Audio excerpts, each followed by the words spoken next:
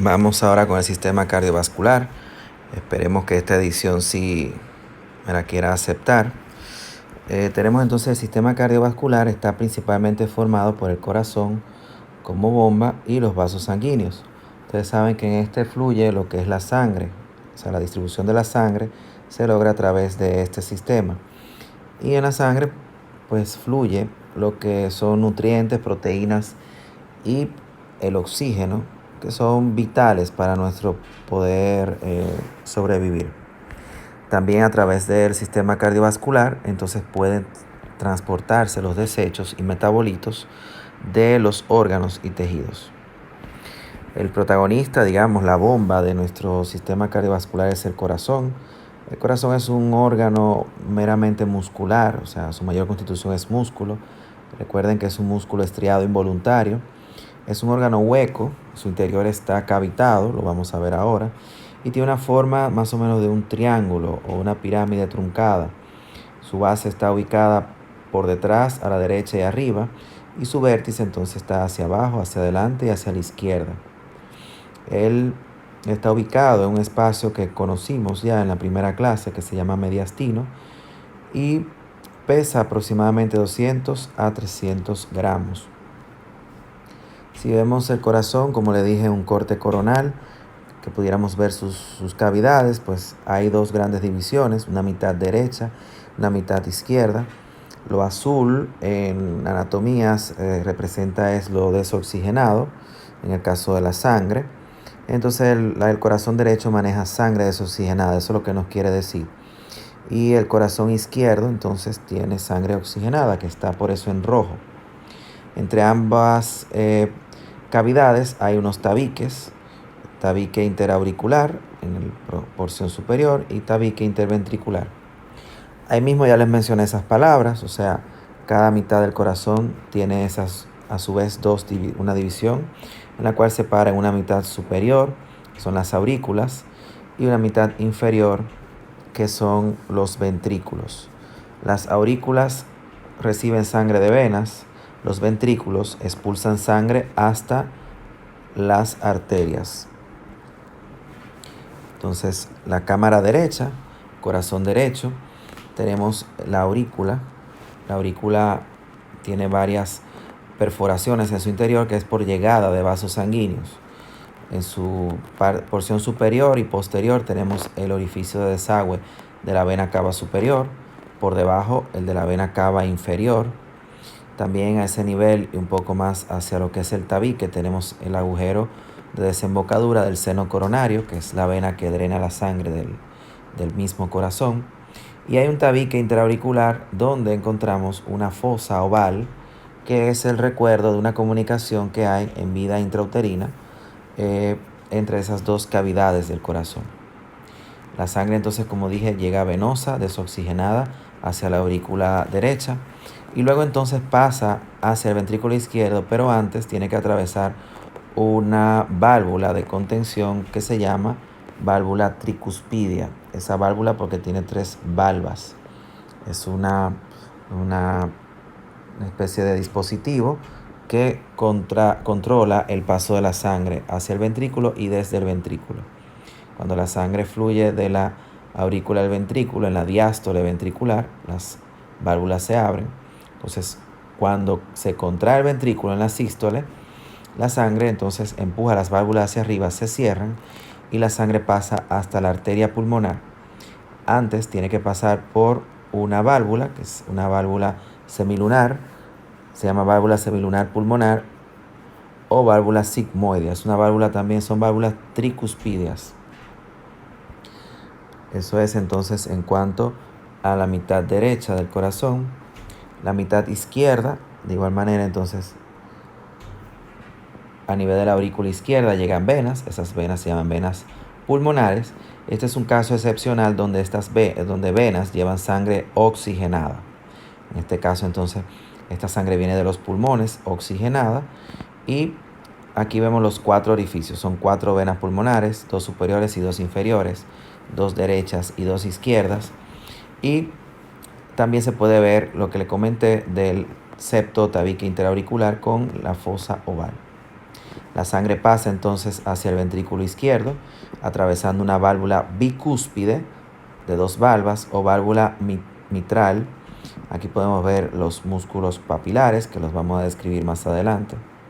Y el detalle de esta gráfica nos ayuda a ver cómo la pared del ventrículo izquierdo es todavía mucho más gruesa que la del derecho, porque ella maneja mayor presión, o sea, es una pared más desarrollada.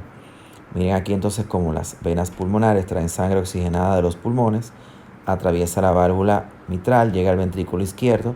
En la sístole entonces se expulsa la sangre hasta la aorta, atravesando una válvula semilunar aórtica, similar a la que le mencioné en la arteria pulmonar. La aorta también tiene una válvula que resguarda el paso de sangre, se llama así válvula semilunar aórtica.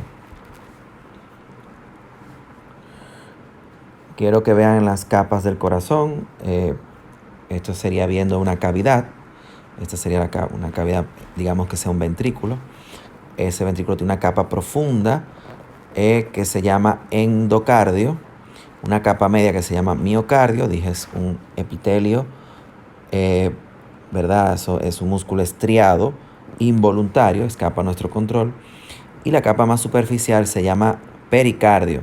Es una capa serosa que se desdobla en dos láminas. Una que está íntimamente adherida al corazón se llama pericardio visceral, y una que está unida a la pared y a los vasos sanguíneos se llama pericardio parietal. Entre ambas láminas hay una pequeña cantidad de líquido que permite y disminuye la fricción entre esas dos hojas, y así entonces el corazón al latir puede tener un movimiento libre, lubricado.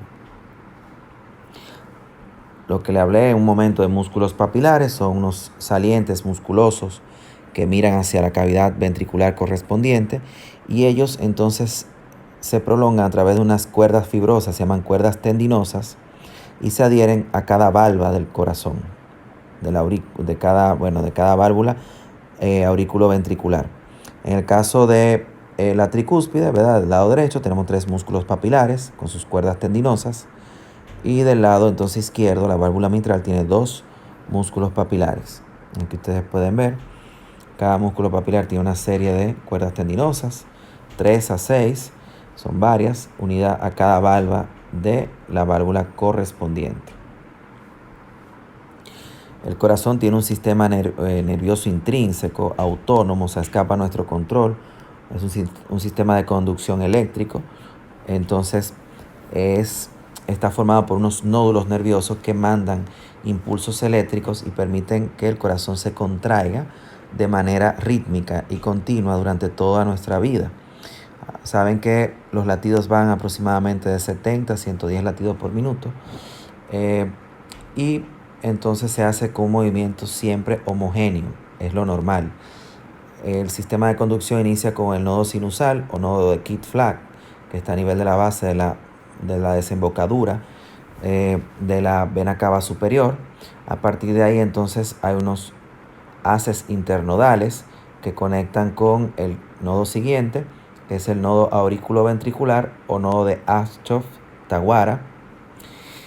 Y continúa esto entonces con el haz de His. El haz de His se encuentra entre el septo fibroso, que está entre las 2 válvulas, ¿verdad?, de cada lado del corazón, y entre el inicio del septo interventricular. Ya en el septo interventricular, el haz de His se divide en 2 ramas, una rama derecha y una rama izquierda. Y esas ramas se subdividen en pequeñas raíces más pequeñas que se llaman fibras de Purkinje. Esto es algo importante. El trastorno de cualquiera de esos haces y esos nodos da lo que conocemos como arritmias. El corazón como tal está ubicado, vuelvo y repito, en el mediastino, un espacio que está entre los pulmones a ambos lados. Por delante tiene el esternón, con el músculo triangular del esternón. Si es un individuo más inmaduro, los niños tienen la presencia todavía del timo, una glándula, se llama timo, está delante, ahí en el corazón, o delante del corazón, y detrás está entonces, a través de los vasos sanguíneos, tiene relación con la columna vertebral, más o menos desde la 4ª a la 8ª vértebra torácica. El corazón, como todo órgano vivo, necesita sangre. El mismo, entonces, a través de la aorta se nutre. La aorta tiene un pequeño segmento que se llama aorta ascendente. Ahí entonces viene la primera rama, que son las arterias coronarias. La coronaria derecha y coronaria izquierda. Estas coronarias dan entonces una circunfleja que está entre el surco auriculoventricular del lado derecho, y esta entonces se dispone hacia inferior y da irrigación a la cara inferior del corazón. La coronaria izquierda entonces da también una rama circunfleja izquierda que va por el surco auriculoventricular izquierdo, y una rama descendente anterior que nutre la cara anterior del corazón. Aquí podemos ver las orejuelas o auriculillas del corazón. El drenaje venoso se da por vasos sanguíneos venosos que son satélites a las arterias, es decir, tienen los mismos nombres de las arterias, pero van entonces drenando de manera ascendente hasta llegar a la aurícula derecha a través del seno coronario.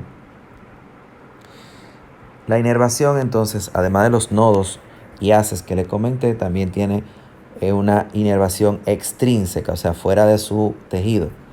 Una es simpática, los plexos, se forma un plexo cardíaco, es dado por los nervios simpáticos de la cadena simpática torácica, y esto entonces da inervación al corazón, lo mismo que el parasimpático a través del nervio vago, que es un par craneal, un nervio que sale del encéfalo, da inervación parasimpática.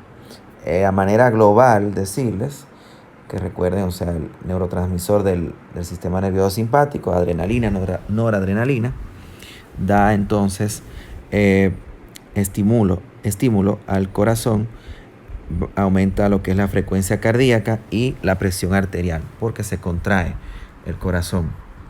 La inervación entonces parasimpática, la acetilcolina, es el neurotransmisor, digamos, uno de los principales. Lo que hace es lo contrario, o sea, disminuye la frecuencia cardíaca y relaja las venas, los vasos sanguíneos y también el corazón, la presión arterial. La circulación la dividimos entonces en circulación mayor y circulación menor. La circulación menor es la circulación central, se da entre el corazón y los pulmones. Recordando entonces, la sangre venosa llega a la aurícula derecha a través de la vena cava superior e inferior. Esta sangre llega entonces a través de la válvula tricuspidia al ventrículo derecho. El ventrículo derecho expulsa esa sangre desoxigenada a la arteria pulmonar, que es una de las excepciones, ya que todas las arterias en general, a excepción de esta, llevan sangre oxigenada. Entonces, esta sangre desoxigenada pasa a los pulmones y en un proceso entonces de intercambio gaseoso, ellas expulsan el dióxido de carbono a través de capilares arteriales pulmonares, y la sangre oxigenada en el pulmón es recogida por capilares venosos de la vena pulmonar. Esas venas pulmonares entonces se reúnen y desembocan a nivel de la aurícula izquierda. Es el único caso, o uno de los pocos casos, donde una vena lleva sangre oxigenada. Aquí entonces la aurícula izquierda pasa la sangre al ventrículo izquierdo a través de la válvula mitral, y este entonces el ventrículo izquierdo expulsa la sangre a la aorta, a todos los sistemas. La circulación mayor es esta circulación sistémica propiamente dicha, donde la aorta se distribuye por todo su recorrido, dando ramas a órganos para poderlos nutrir, terminando en la división más pequeña, que son los capilares arteriales, donde ya ahí tiene contacto con los tejidos de cada órgano y se realiza el aporte de oxígeno y de nutrientes y el intercambio gaseoso. Esta sangre desoxigenada entonces es recogida por capilares venosos y llevada entonces a través de venas ascendentes hacia el corazón. Esa es la circulación mayor. Les quiero aquí enseñar brevemente la circulación fetal para que vean la diferencia. La placenta, ¿verdad?, lleva sangre arterial a través de la vena, o sea, sangre oxigenada a través de la vena umbilical. Esta es otra excepción a la regla. La madre, a través de la placenta, la vena umbilical lleva sangre oxigenada, que entonces se une a la sangre venosa desoxigenada de la vena cava. Aquí se hace entonces, pasa a la aurícula derecha, y a través de una comunicación que fue el que le mencioné, el agujero oval, la sangre pasa entonces rápidamente hacia el corazón izquierdo, donde es bombeada a través de la aorta. Y también aquí hay un cortocircuito, o sea, una comunicación entre la arteria pulmonar y la arteria, ¿verdad? La aorta, es el ducto arterioso, ducto que también se cierra con el nacimiento. Y la arteria entonces, la arteria pulmonar, también entonces transporta aquí en este cortocircuito de unión de sangre oxigenada y desoxigenada. Este es un caso donde también la aorta en ese momento lleva sangre mixta hasta lo que es la placenta, lleva sangre desoxigenada. Los vasos sanguíneos son estructuras tubulares cilíndricas, ¿verdad?, que transportan sangre. Ya hemos hablado algo de ellos. Las arterias, vuelvo y digo, están coloreadas en rojo porque llevan sangre oxigenada. La sangre oxigenada se ve roja. Y las venas se ven azules porque la sangre desoxigenada se ve así cianótica. Esos vasos, si hacemos un corte transversal, notamos que tienen capas internas, que es el endotelio, una capa media, que es muscular, y una capa superficial, que es la adventicia. Diferencia entonces, la arteria tiene la capa muscular más gruesa, la vena es muy delgada, y las venas entonces tienen válvulas que no tienen las arterias.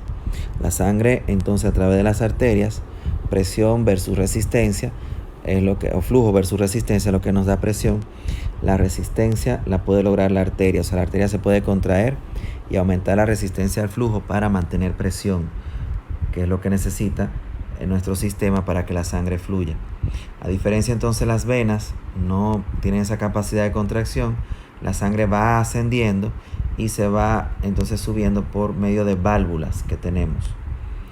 La sangre fluye por las venas a través de las válvulas y a través de la contracción de los músculos esqueléticos que están alrededor de las mismas. Mientras vamos caminando, por ejemplo, la sangre que tenemos en nuestros pies va ascendiendo a través de la contracción de los músculos de los miembros inferiores.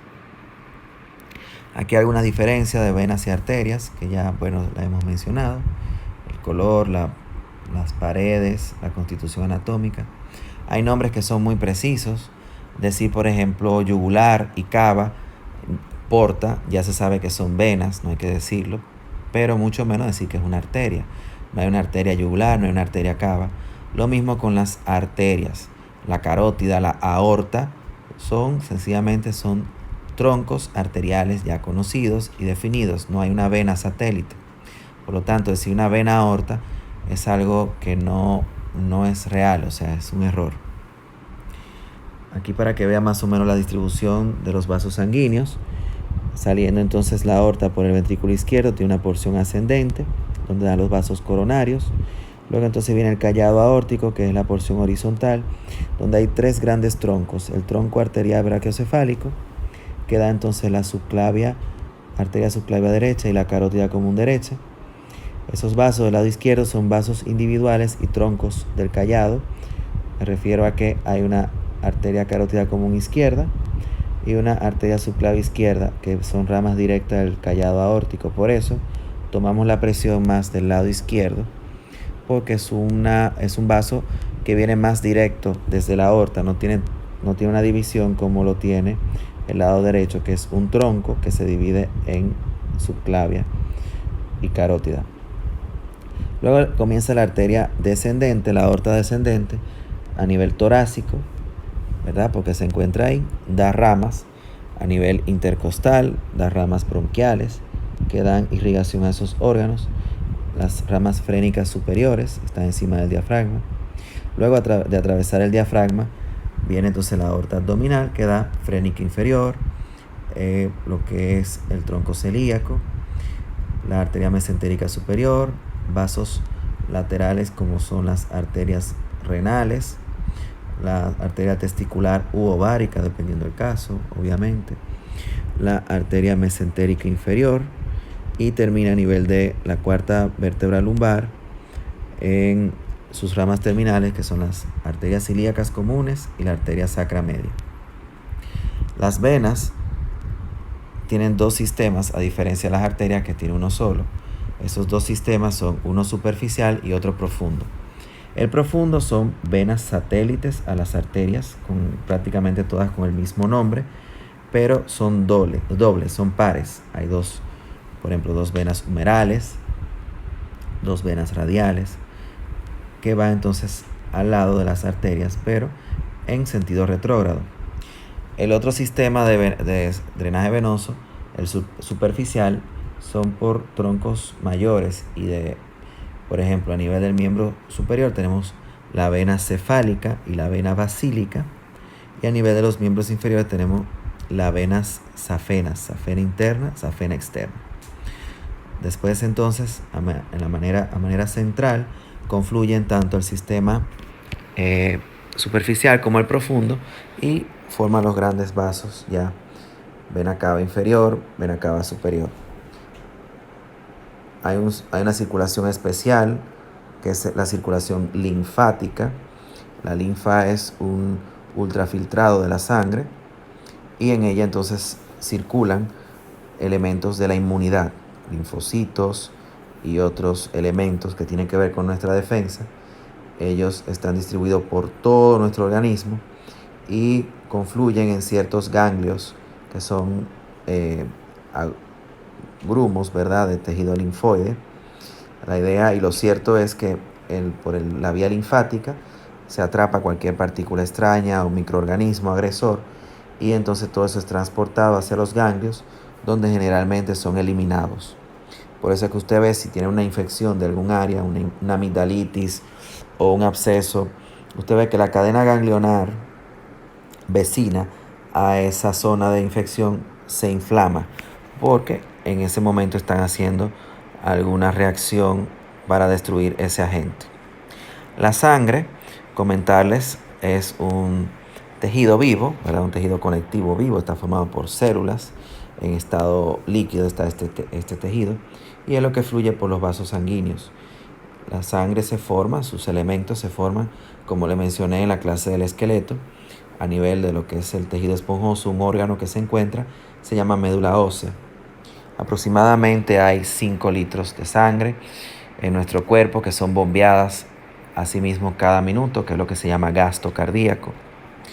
Nuestra sangre se puede examinar, ya que tiene una porción líquida que se llama plasma y una porción sólida que son las células de la sangre. En analíticas que se hacen, por ejemplo, con centrífugas de alta revolución, se puede precipitar o sedimentar las células en el fondo y la porción líquida hacia arriba. Este estudio se llama hematócrito.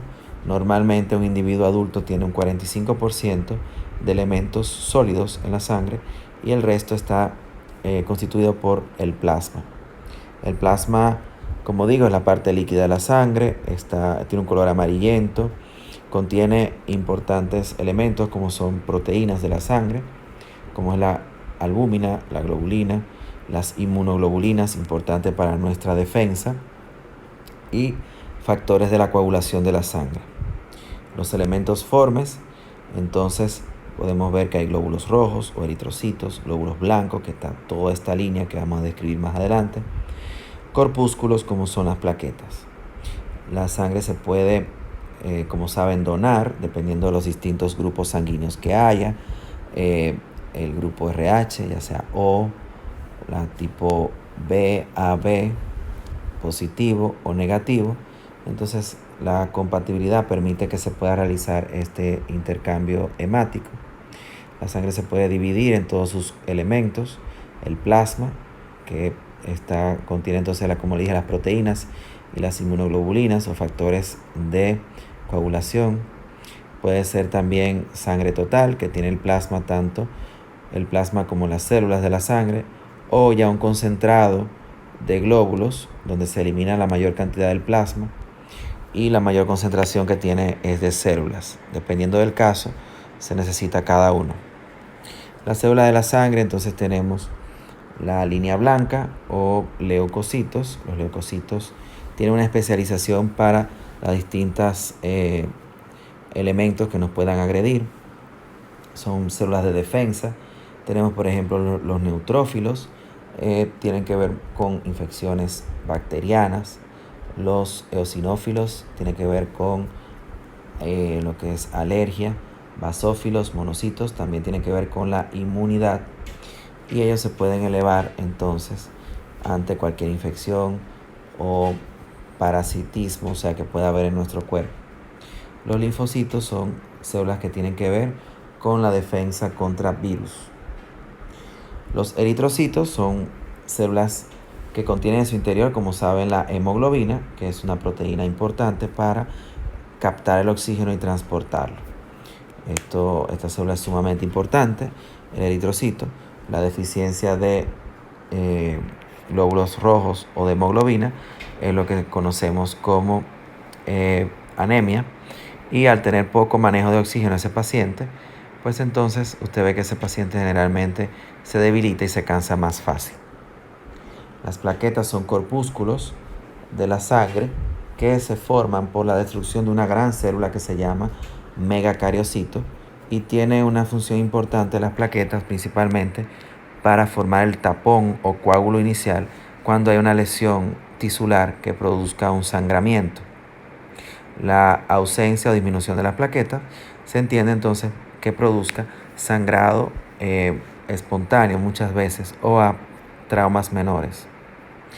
Con la vida podemos ver cómo todas estas funciones se pueden conocer.